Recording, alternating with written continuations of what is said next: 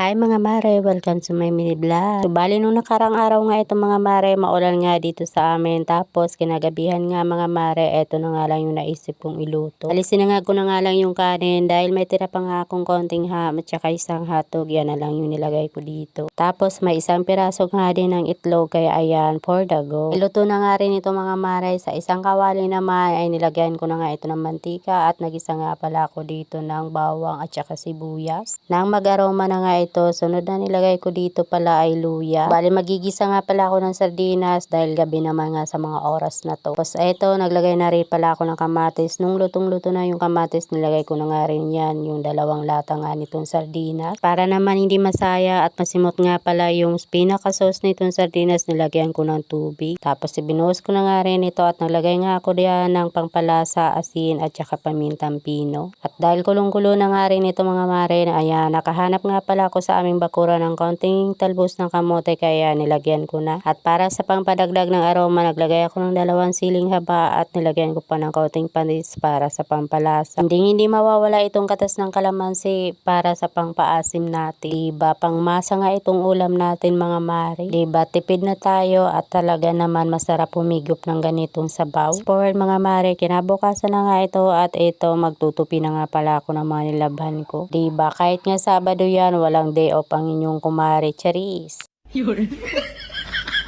Nagtutupi nga ako dyan, lumapit nga si Bunso dahil may tinanong nga sa akin dahil may homework siya. Bunso kasi marunong naman nito sa kanyang mga homework, kaya lang minsan gusto ko yung nakikita ko yung ginagawa niya. Kaya sabi ko sa kanya, ayusin na muna niya, tapusin, tapos mamaya ay i-review ko. Kumbaga, i-check ko nga itong mabuti kung tama talaga yung ginagawa niya. O diba, multitasking nga tayong mga nanay at teacher pa ng ating mga anak.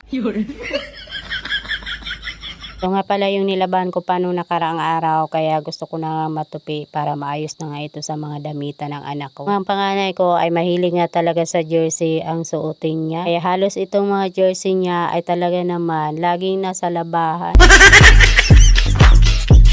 Halaba ko nga lang nitong mga mare nung nakaraan. Tapos ito, nilaban ko na naman nga ulit. Tapos itutupi. Bukas ay susuotin na naman nga niya ito kapag nakita niyang malinis. Lahat pa naman na jersey niya ay kulay puti, pati short. Kaya nga yan mga mare, kapag nga nilalaban ko ang mga puti ay kinukusot ko nga talaga. So naman ay hindi mapalagay kaya inayos ko muna nga dito sa aking tupian. Na kasi ako nagtupi sa sala kaya ayan, tinanggal ko yung iba. Tapos sabi niya dito daw siya uupo sa may tabi ko. Noon nga siguro talaga mga punso mga mare, diba? Nga sa pagtulog ay magkatabi kami nito at nagpapayakap pa yan sa akin.